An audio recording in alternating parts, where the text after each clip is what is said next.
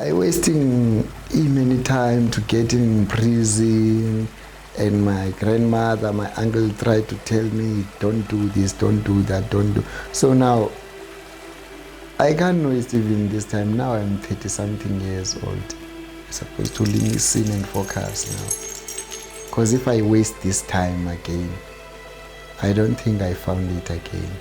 I'm supposed to use this chance.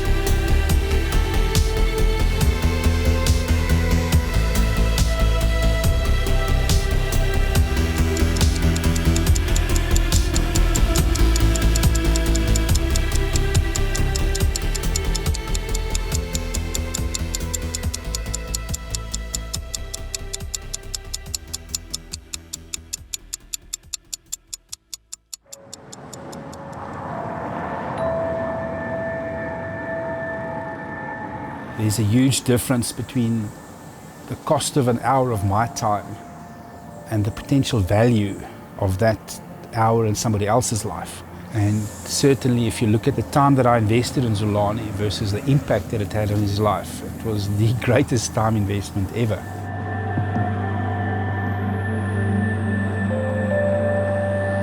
One day I was feeding a beggar, and the next day I was standing in the shadow of a superstar. And I'm blessed to have had this experience. So the Xolani journey, if somebody told me that I could have that again, the tragedy of it included, I'd take it tomorrow. But now, it should not have ended the way it did.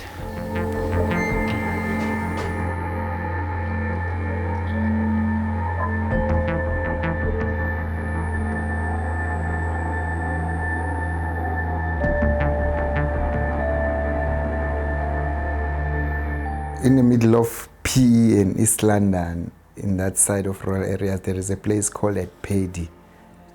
Yeah, I'm growing up with my grandmother and my uncle. They grow me up nice, no problem.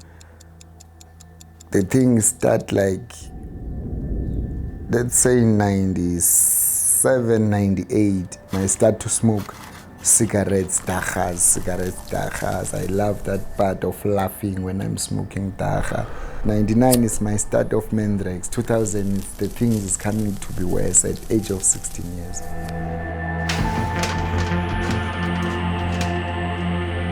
We used to steal the cables, all of that stuff, and sell the stuff in scrapyard. So one day, the police get in on the school, but that cops, they didn't want me. They want another guy. So I'm just get out with a window. And the young teacher, hey, where are you going? I said, hey, just mind your own business. Just to be gone like that in school, no more turning back. I leave my school at standard 8. I joined gangsterism 2000. Yeah, my uncle tried to talk to me, Xolani, please, man, don't steal, Xolani, don't do this. So early 2002, they chased me, protection order. All of the families, we don't need you.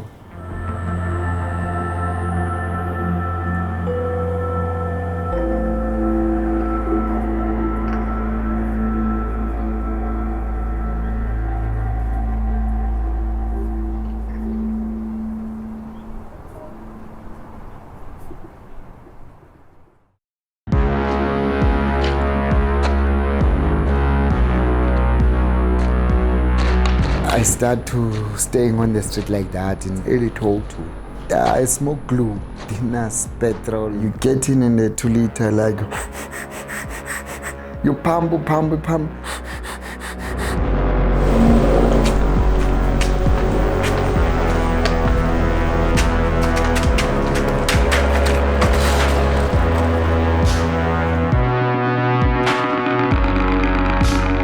the petrol is not good. They make you to see another things.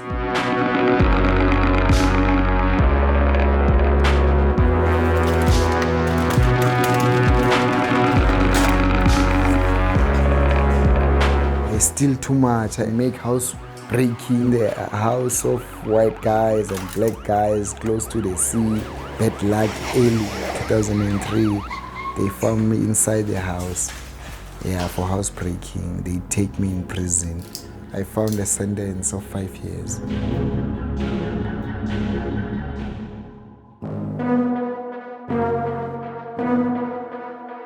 When I'm out at 2008, I run at PE, going back at East London, just back on the street. I'm hustling and stealing. Let's say you found a beautiful box of TV. You know, in that time there is no plasma. That big TV. So we clean that thing nice, clean it. And you make inside the box beautiful face bricks. And you see these nice young black ladies. Yeah, I want it. So yeah, give us a man. Give us. Because you are on the street, you can't test that thing on the street. We take inside the taxi, gone.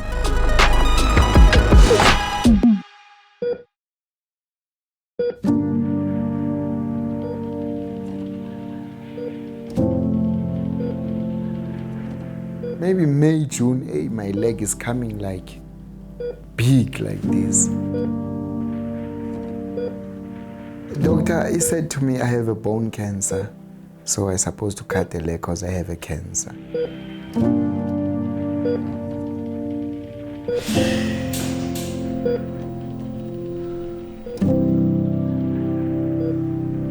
I'm afraid to die. Said, better way cut my leg.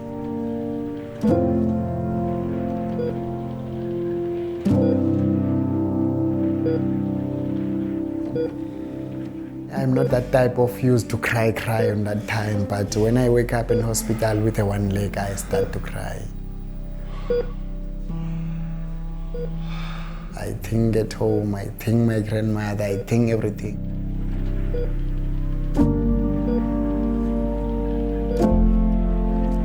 Doctor, they tell me you eat the chemo 7 months. I eat chemo, I eat drugs. I eat chemo, I eat drugs.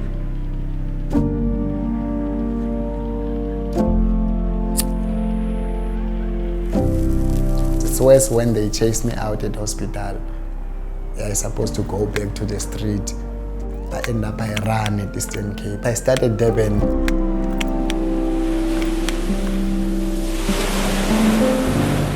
I smoked too much there in Nyaupe 2009. I start to smoke with a Zol. So I end up, I don't feel a Zol. I'm chasing. I end up, I don't feel a chasing. So the easy way, if you don't feel all of that thing, you're supposed to inject yourself. The thing I experienced with the high, they make you to don't be shy. They make you like, you don't care. It's like you don't care. You are even, you are normal, you are a boss, like, you don't care.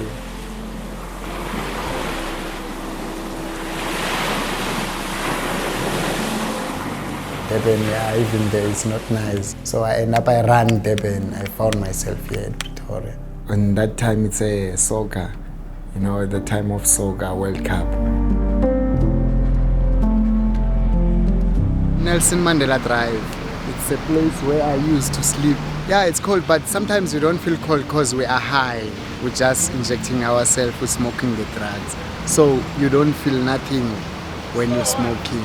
I used to standing here for 365 days and hustle the money for Nyaupe. There is many small child, they used to give me food. They going at school on that time. But later, you found that children, they going with a car. And me, I'm not going back, I'm not going front. I'm just standing on the way, just dying.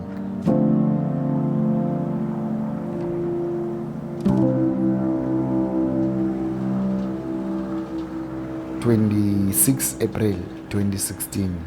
That date I can't forget. Yeah, it's like my birthday date. It's where my life is changing. It's where did I meet Mr. Anfender. I used to drive past Xolani on my way to work and back.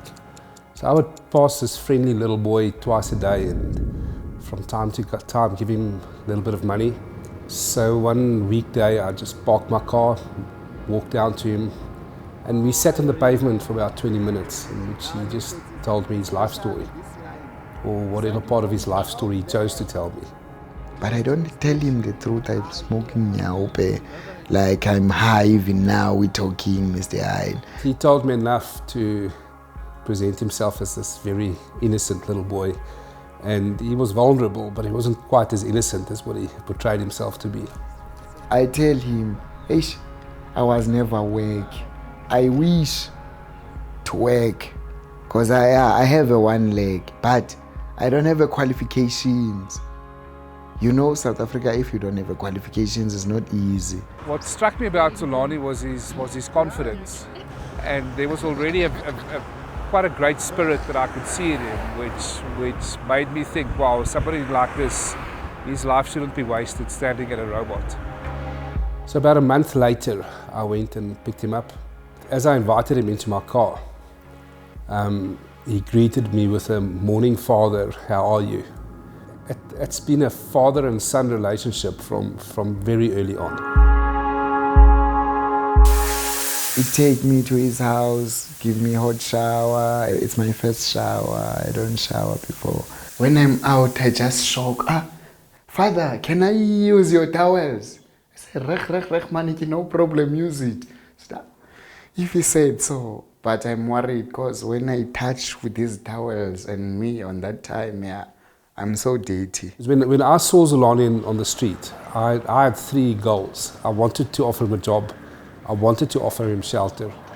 And I knew even if the job wasn't going to work out, I wanted to buy him a leg. We organized accommodation for him for that evening. I sent him away with a day's wage. Now, little did I know that Xolani went and celebrated his day's wage by buying drugs.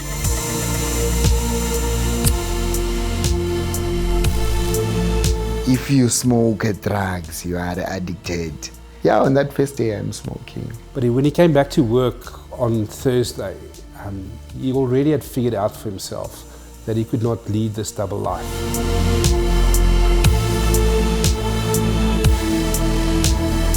Oh, when you come down to that high, it's like it's another treatment, that thing. You feel shivering, sweating, all of the parts, they are sore. Yeah, it's not easy when you don't have that stuff.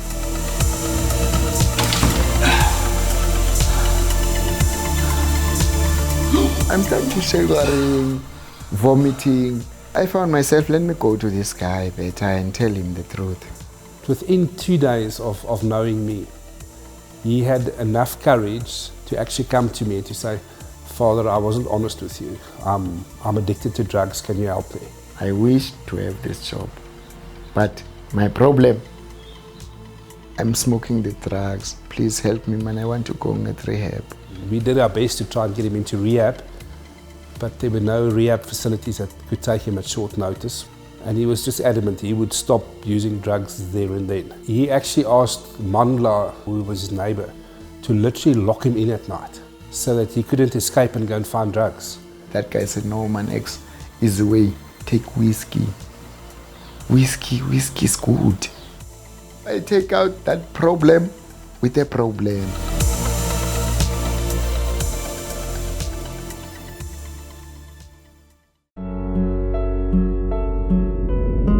I started the process to get him a leg, and eventually he was fitted with his leg, which was just an incredible day. And it was the first time in about 7 years that he was properly mobile again. He just expressed how grateful he was, how overwhelmed he was.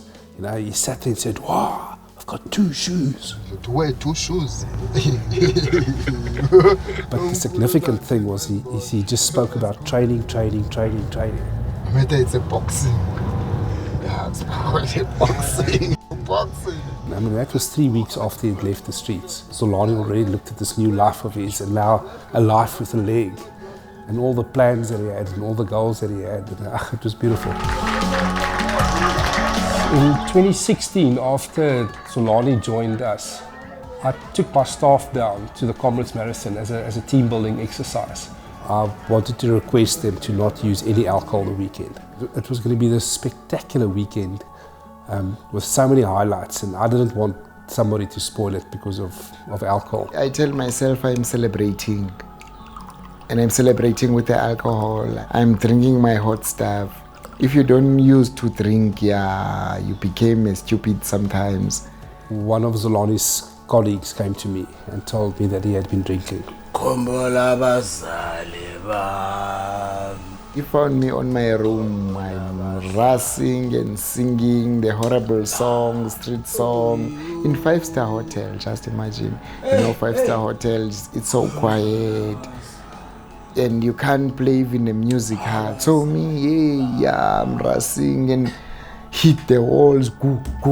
All of the stuff, they go get in there and start to make stupid things. And about an hour later at dinner, somebody came and called me, and her words were, "Xolani's out of control, you must come and help." There were a couple of ice buckets there, and there was a couple of long glasses, and I took the one glass and I took a sip from it, and I still don't know what it was, but it was clear that it was some alcoholic drink.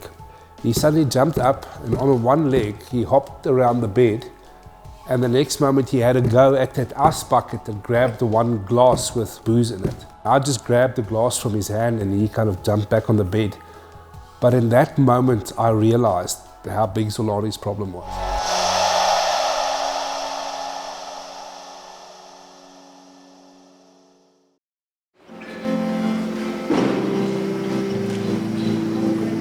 It kicked me up when we coming back to Comrade, because most of the staff, they say they're afraid of me. To me, that was it. That was the line was drawn, and I made the call then and said, well, there's no ways that he could work for us anymore. So I called Xolani in and then told him that he basically lost his job. But I also told him I wanted to remain in his life. I wanted to support him. I wanted to be his father figure.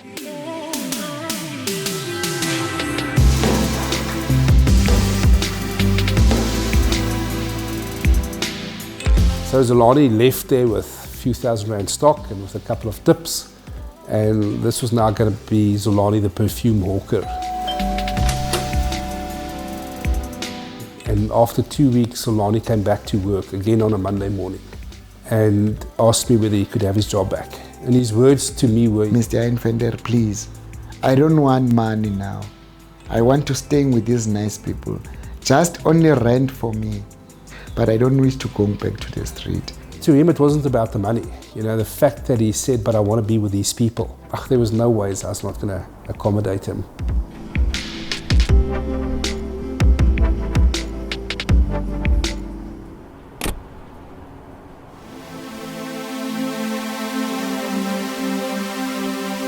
I wasn't aware of Xolani's drinking habits after he returned to work in about the middle of June. I take at least 2 beers in the corner. Yeah, no one who saw me, I'm drunk. In about middle October, one of Xolani's colleagues came to me and said that Xolani was drinking a lot over weekends. He would gate crash parties and just make a fool of himself. He admitted to it and apologized and promised it would never happen again. And the next Monday, a week later, I got another report card of another incident.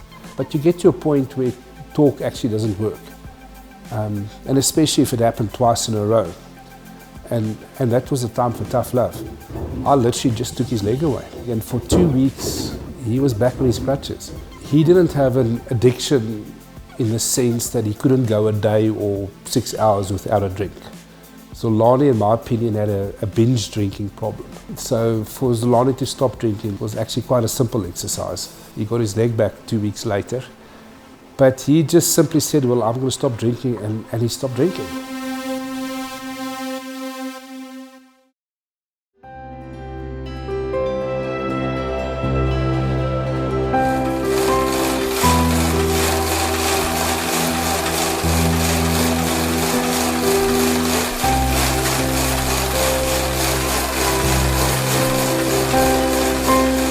love my challenges. My challenges is not my enemies.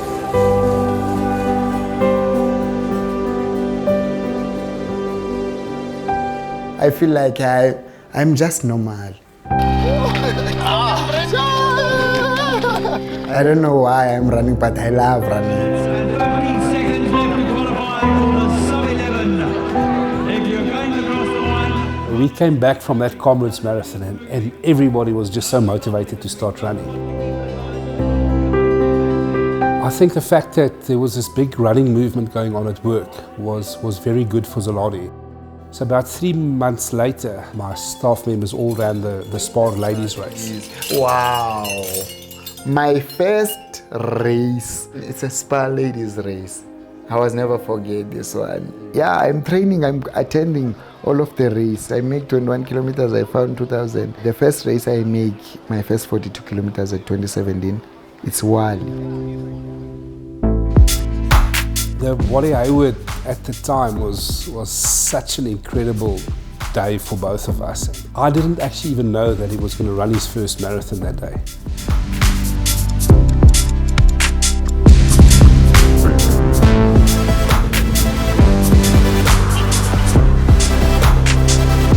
After about 5 kilometers, we caught up with Xolani. And I chatted to him and asked him, Hey, Xolani, what are you doing? 21 or 10? I said 42. and I then just knew I wanted to be with Xolani throughout the whole race. I was all along nervous that they would take us off the road because we were obviously slow. We eventually got to the finishing line after 7 hours and 3 minutes. Just to add drama to the occasion, the last 50 meters you actually run on some gravel, and Xolani fell and broke a crutch or broke something. So the last 50 meters we kind of hobbled with him with his arm around my shoulder. We hobbled over the finishing line. Oh, it was incredible.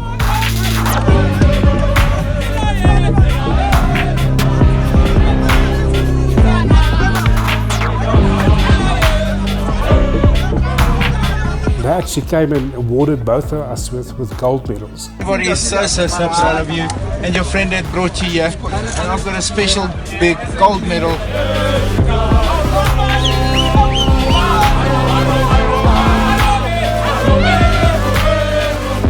I hear that guy on TV in Morning Live. We have a champion, we have Xolani, like this. They make like experience. Even me, I end up, I feel like, yeah, I'm a champion. I finished this 42.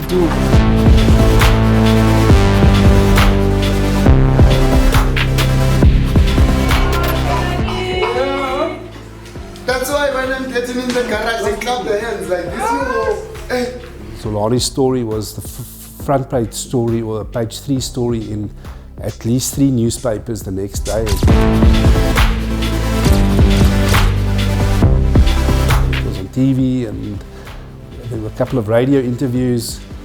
So yeah, that was Wally Hayward.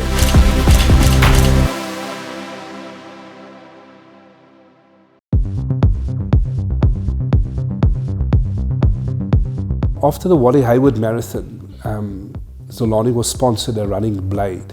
I'm running with blades now. With more than 10 years, I don't run. I used to run with my crashes. This year is my first race in my entire life I'm running with no crashes. So I'm very excited, Mama. I want to make sure that my time is good.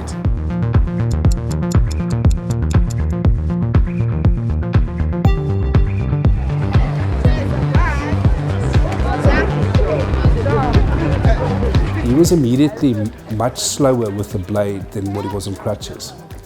And we figured it out that it was the knee that he had in the running leg which was slowing him down.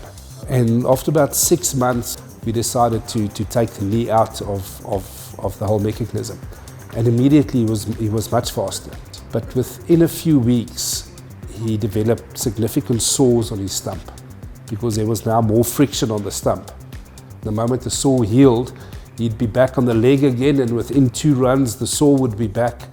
And it was this vicious circle. And after about 2-3 months, we just realized, well, he was never going to heal from these sores.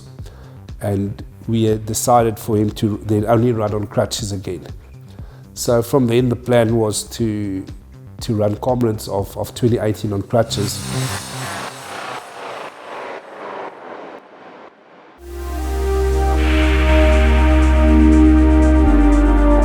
This weekend, it's a big weekend for me. I'm going to do a Comrade Marathon. It's a race that I wish to finish. We asked the organisers whether they would allow us to start 5 hours earlier. Xolani's run will not be recognised as an official finish, but we're just grateful to have the opportunity to be on the route for the duration of the race. I wish to have that experience of Comrade Marathon. It's only experience for me to finish in time. Is that what I want to feel?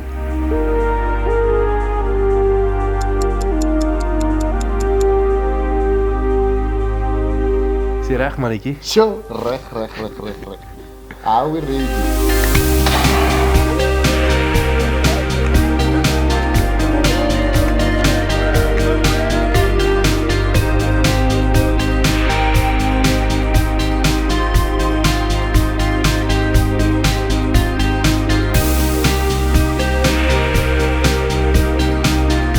A race like that, all of the things in your mind, in your heart. Don't push hard, make sure you finish, and be strong when it's difficult. That race is difficult, but I'm supposed to be strong.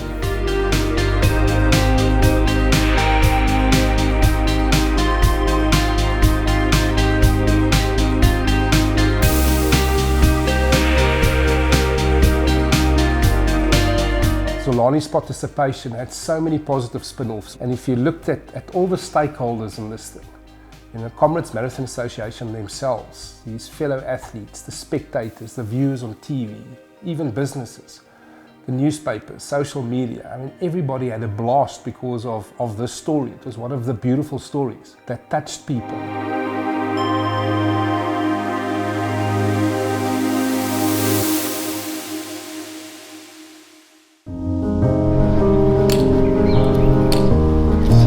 When I'm running with my blade, my stump is not right because it's so sharp. My coach, they say, no man, Xolani, we're supposed to make a plan when you're coming back in Comrade to go and make an operation again for the Stomby. They make a Stomby right. When Xolani's leg was amputated, they kind of butchered the operation a little bit. What in essence happened is his muscles would pull up. So when he was running on the blade, there'd be a lot of friction on the bone and there would just be no cushioning effect. They create a champion now, because you know that champion, they have a problem here with the running blade. So now they fix that problem. They cut this piece and get in the cover. Maybe it's that cover for the running guys. Because you know the guys like Oscar Pitoras, they walk with that things. But me, I can't bump with this thing. But now they want even me to bump with this thing. So it sounds like...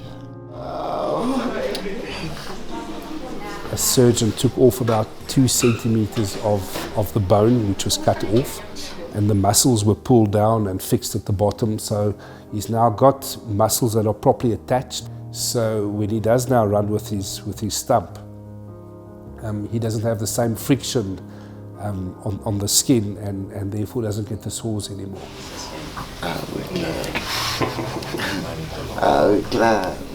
It's like a parent with a child that grows from being a toddler up to being an adult.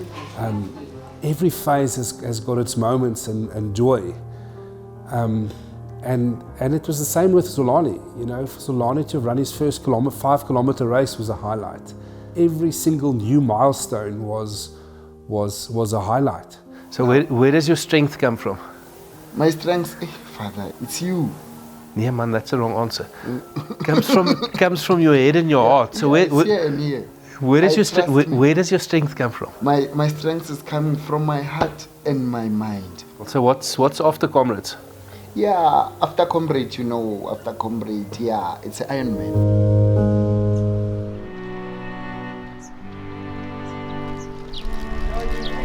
Having run the Comrades, there was huge joy in it.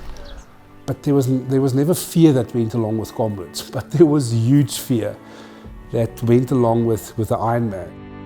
Xolani didn't know how to swim. Xolani didn't know how to ride a bike. As he says, he's stolen a few bikes in his life, but he didn't know how to ride a bike.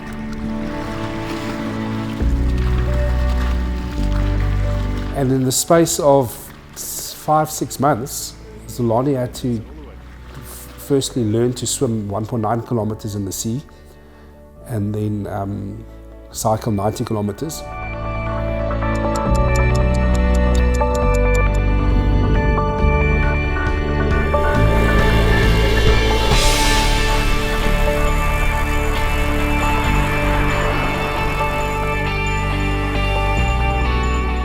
Fear is an incredible thing in sport, because the moment you've conquered something that actually brought fear out in you, the moment that you conquer that thing, the joy when you finish, it is indescribable.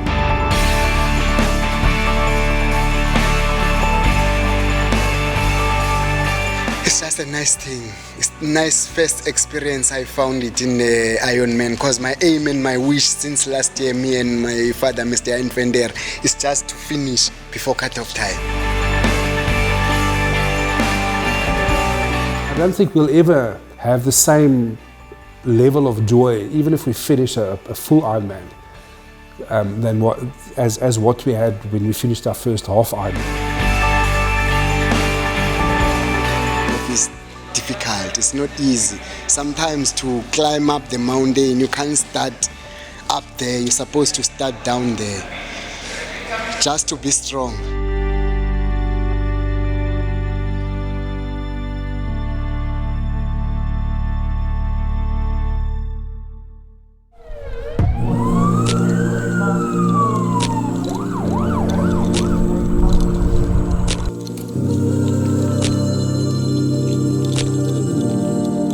My aim, me and my father, it's like we aim for full Ironman. Half Ironman is a part of training for full Ironman. If you don't start, you can't do it.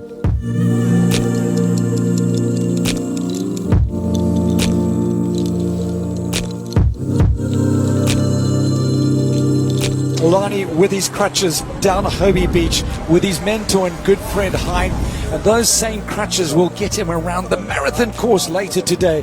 He made the swim cutoff. Xolani couldn't swim until not so long ago.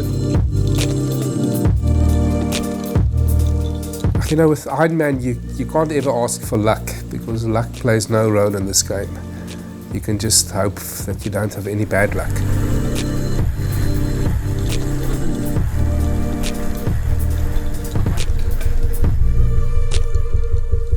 When I finish to swim, I'm get out on the sea. When I'm get out on the sea, get into transition area, I try to change, I get out, I'm just falling down.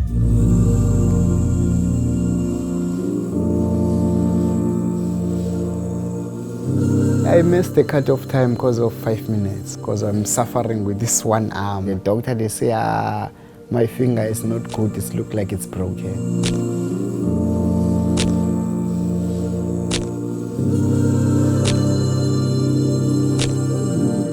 I'm pretty disappointed.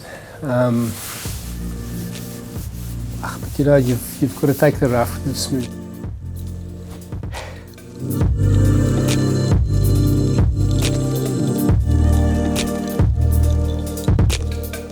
You know, everything in life's relative. You know, there are 2 guys who passed away today during the swim. And when you hear stories like that, our little mishap and disappointment is actually nothing.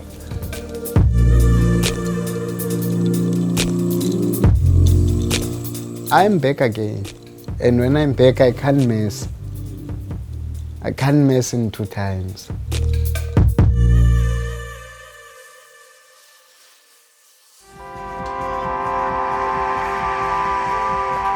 With comrades, all the emotion behind comrades, you know, it's something that Xolani's been looking forward to for a year. He immediately set his sights. He said Comrades 2019.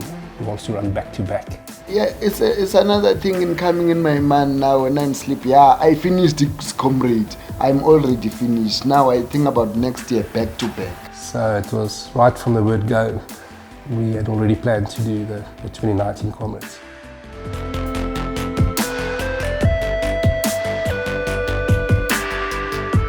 Our request was simply to be allowed to run under the same kind of terms as the previous year, which was one of, we know we hadn't qualified.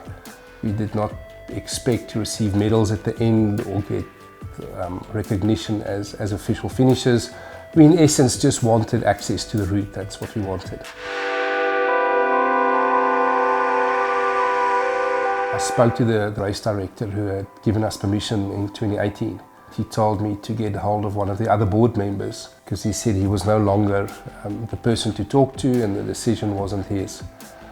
I then got hold of this board director and he immediately said, "Oh, you're the guys who ran illegally last year." And he simply just told me that we were not allowed to run for the simple reason their rules stipulated that we had to qualify. I then reminded him that we were allowed officially the previous year to run, and they also knew the previous year that we had not qualified, and yet still gave us official starters status and official numbers.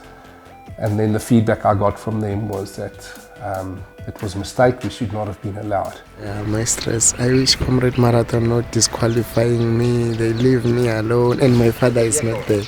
You know, when my father is not there, yeah, like...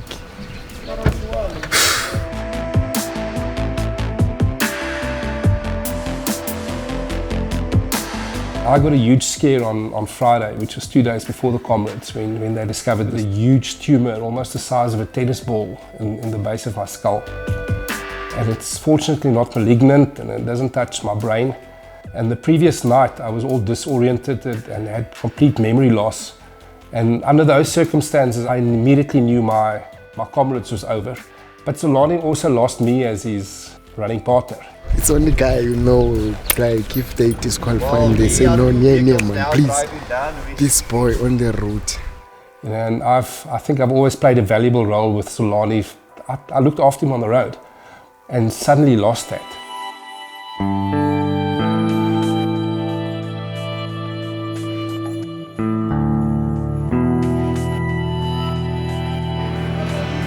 The doctors are busy with studies. There is some problems, so they're doing tests to finalize what's wrong.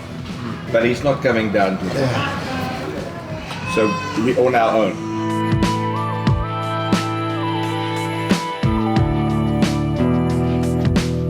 My father is not here. Someone who used to support me. If Mr. Heinfender is not here, this thing is not happening. But I trust myself. No matter my father is not here, because he used to tell me, Xolani, just trust yourself and doing. Because sometimes I'm not here. You're supposed to do at your own.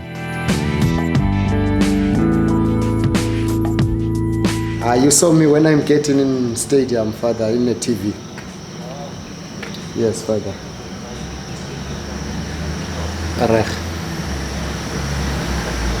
Rech, thank you, father. Bye-bye. Bless, I love you. Bye.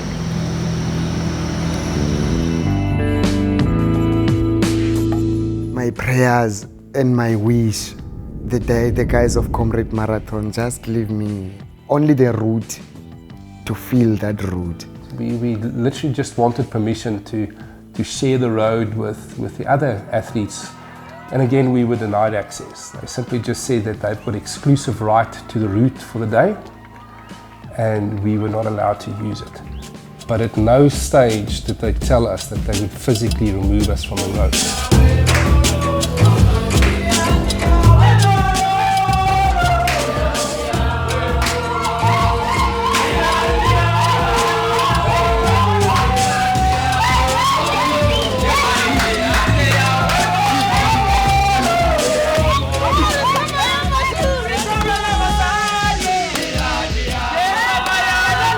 So they then started the race on Saturday night just after 10, and there were race organisers who tried to deny Xolani access to the road.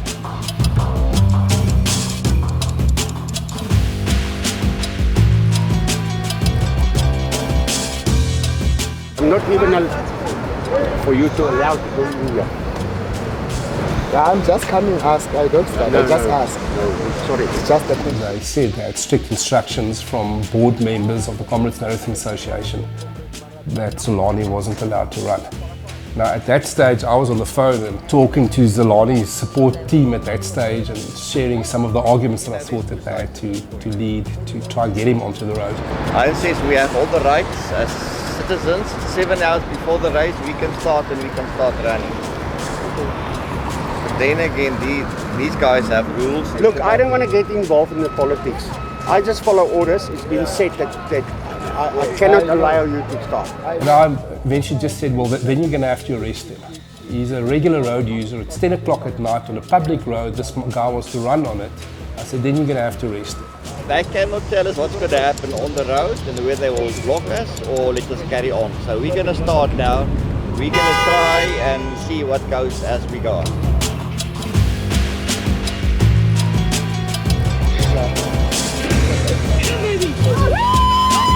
So they eventually started at about 10:30 with Xolani and 3 vehicles. We took down 2 vehicles and I also made use of the services of a security company for crime and also just for increased visibility.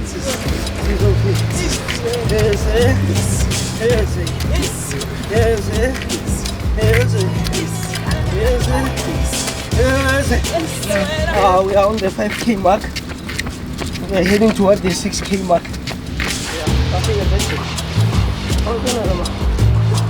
Xolani was going to run the Comrades on crutches, but in breaking his hand during the Ironman, after breaking his hand, he still cycled 180 kilometers. Our plans just immediately changed. Now Xolani hasn't run on his blade for more than a year now. So he suddenly had to get blade fit to be able to run 90 kilometers in the space of 2 months, which was an absolute mountain to climb. We are on 18, that's the distance, and the time is 3:70. No, it's nice. He started the Comrades on his leg, and then after about 25 kilometers, I suggested that he should run 1 kilometer on crutches. No, I can't take the crutches beside halfway mark. So I just wanted to see what the difference was in his pace between running on crutches versus the leg. Okay, just 1 kilometer, isn't it? Okay.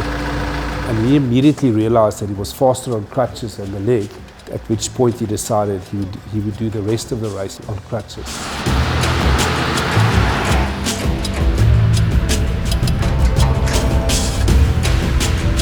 When you don't have legs, your hands is your legs.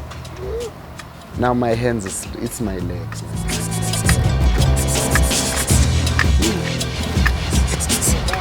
Most of the people they know Comrade, they say, you know Comrade Xolani. Comrade is nip up and fleece me. I say no. If it's not, if you make it, even me, I make it.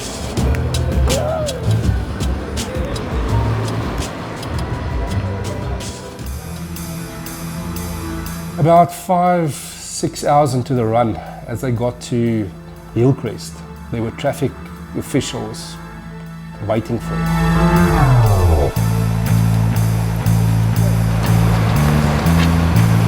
They tried to pull him off the road. That left me furious. They said, well, his 3 support vehicles had to leave the road. They stopped me in finishing line, I'm going there. I can't. They know it's about the spirit, not about the business. It's about the spirit of Comrade Marathon. They know the spirit of Comrade Marathon. Eventually they agreed, and Xolani at 5 o'clock in the morning, in a pitch black night, was allowed to run on the sidewalk. So that's what they did. These 3 support vehicles drove up, and he with a friend then ran on his crutches, pitch dark night, on the sidewalk, 5 o'clock in the morning.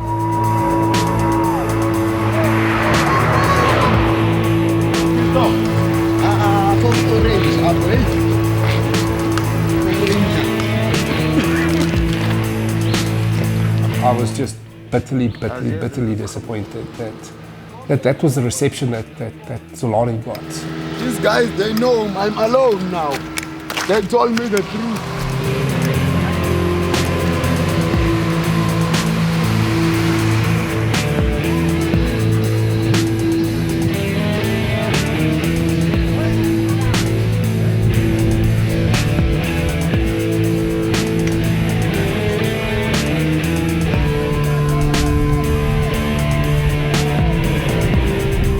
yeah, the rebels rocked up and we ran the race, and we stirred. There's controversy as a result of it, which is sad, because it could have been a beautiful win-win-win-win for everybody, without creating other complexity that would have bitten them in future.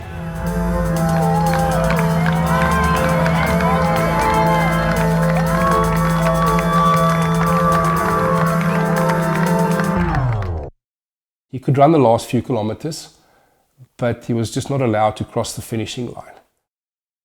So they were happy for him to run 86 odd kilometers, doing magnificent things on the road, all the bravery, all the courage, but just wouldn't give him the joy of running over the finishing line, as though that would have taken anything away from anybody. It's also when you are in 82 kilometers, they say no, you can't go in the stadium.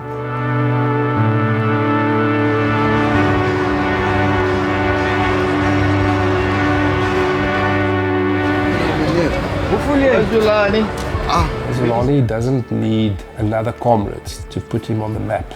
There are enough other challenges to do. It's a pain. You know, comrade marathon, if we talk about comrade, we talk about pain. Yes. Nobody would have been harmed if he had run. To me, it was just so short-sighted. I got my permanent run number after 10 comrades runs in 1993. I was so angry when all of this happened. I couldn't believe that they'd done this to Xolani. I cut up my permanent number, and it's lying on some rubbish dump right now.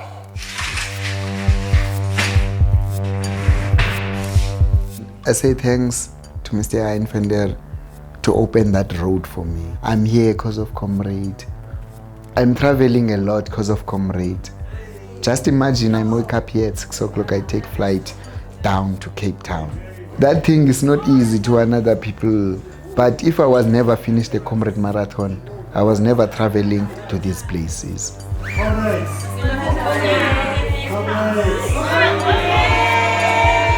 The beautiful thing about this whole experience with just watching Xolani again is nothing breaks his spirit. You know, I'm the one who sits on the side and says, "But how can you?" And he just carries on.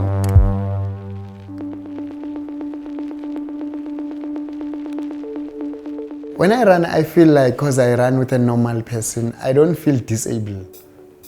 I feel just I'm a normal. When Bongi Musamtemu pass me, I feel like I'm one of them. And the Kherda pass me, I feel like, yeah, even me, I don't feel that thing I have a one leg. Because it's nice to run with a normal person. If you are disabled, you don't feel stress.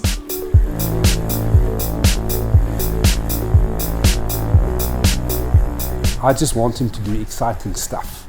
You know, I just want him to have wow experiences. You know, and what his times are on the end, and how many races he finishes or not, and whether he finishes on Ironman or not. I just want him in the battle.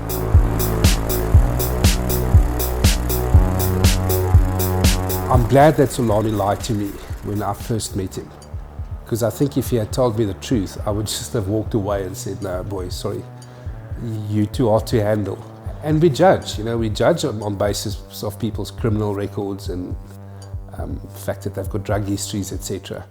And so I'm very grateful that he lied to me.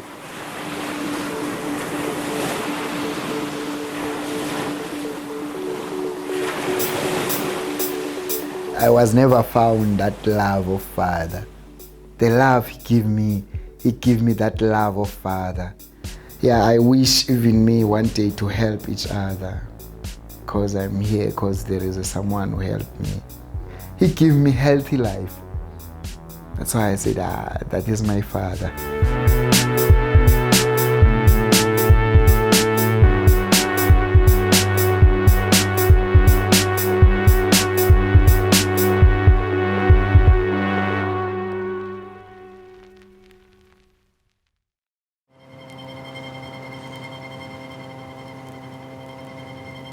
The National Coronavirus Command Council has decided to enforce a nationwide lockdown for 21 days with effect from midnight on Thursday, the 26th of March.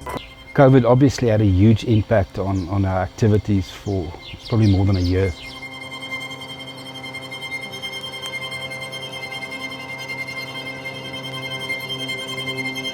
Sporting events were off the calendar. There were hardly any road races for a year. Because they had a look at you guys and saw something in terms of your attitudes. Even you're supposed to challenge yourself. Work hard. We used to do about 2 motivational talks per month. Those virtually dried up for almost a year as companies either closed for business or couldn't hold mass events.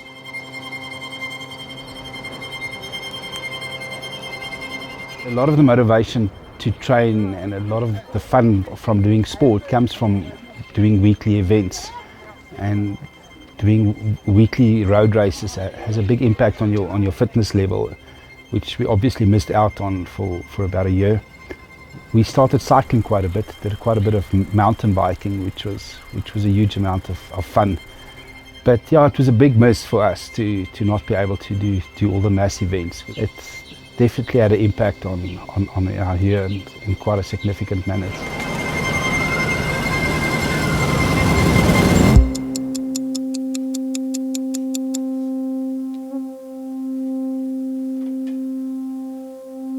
Yeah, on the weekend of the 18th, 19th of September, Xolani was on his own, and he was of the belief that his partner had been unfaithful to him. The last phone conversation I had with him, he cried hysterically. They had a huge argument which literally turned into a fight. Xolani was intoxicated at the time.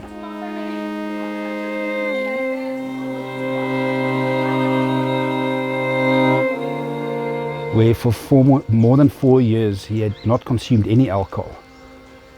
And in spite of warnings by myself, Xolani was in a relationship, which is ironically, because I think it was probably the first time that Xolani found love. Xolani saw a future with somebody. Xolani saw himself becoming a family man. But also in this relationship, he was exposed to alcohol, which I was not entirely aware of, or aware of the extent to which it was. There had been a previous incident, and I made it very clear to Xolani and the women in his life that you don't take chances with this. Or you don't play around with alcohol, not in Xolani's case.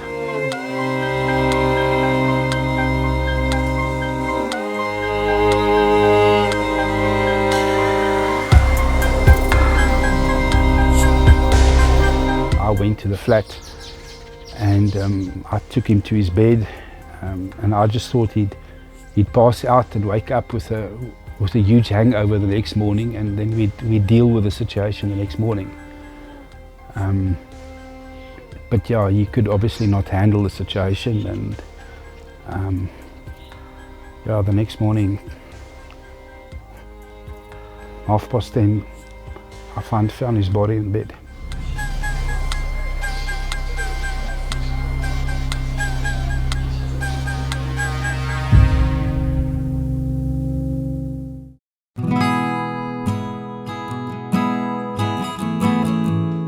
Xolani's death has just been a devastating loss,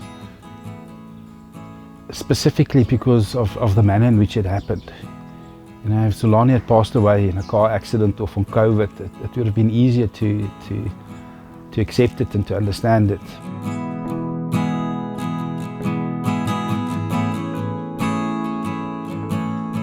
It's just been terrible having to accept that that's the way it ended. Alcohol and a handful of pills. He passed away on the 20th of September 2021.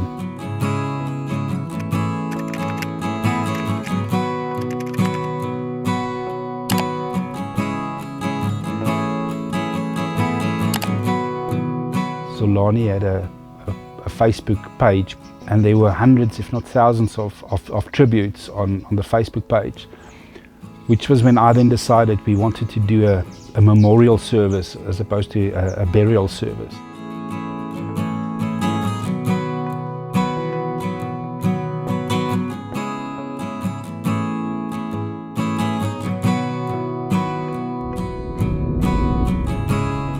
we then arranged with Supersport Park, the cricket stadium. They made their facilities available to us, and it turned out to be a wonderful venue to do it. And then 8 or 10 people just stood up and just shared their own Xolani stories. His first run in the Comrade Marathon, I was there at night. I ran with him, but after doing 1 case, because I never ran a race, I quit. Xolani soldiered on, like always. He was a very strong man.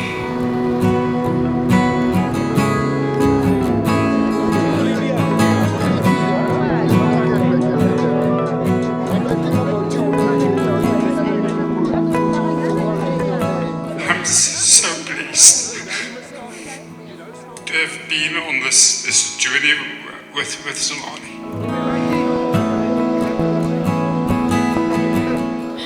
My heart is broken.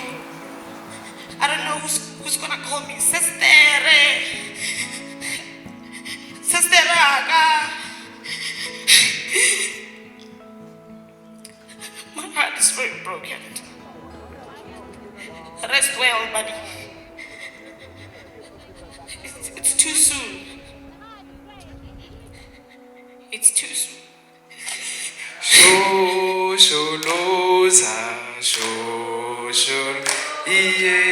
Those lives that were touched by Xolani, those people could stand up, and I think it was a very appropriate way to say thank you to Xolani and to honor him and yeah, to share in our grief. We finished the memorial service with a lap of honor for Xolani. So everybody went down to the cricket field and we just walked and jogged and ran a lap around the stadium, and yeah, it was very touching, it was very emotional.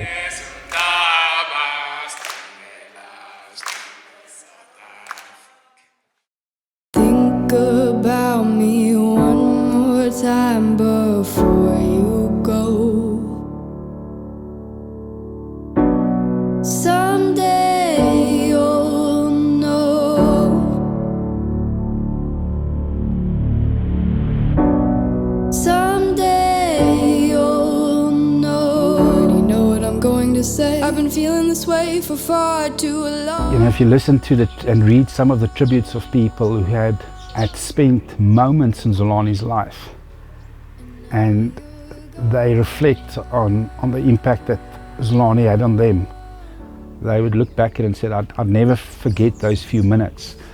And Xolani changed lives.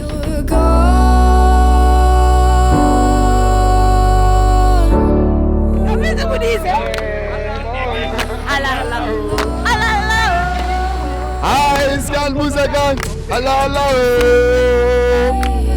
think I can see clearly now.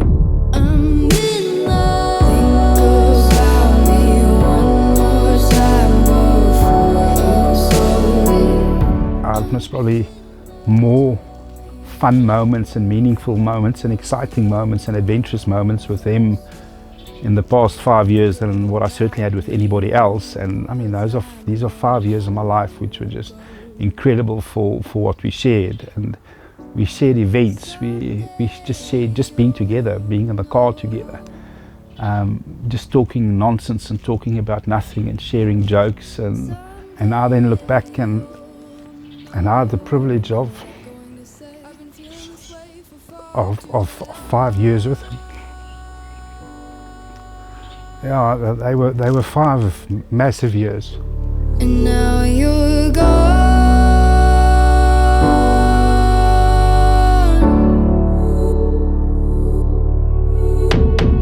Took me away from all of my fears.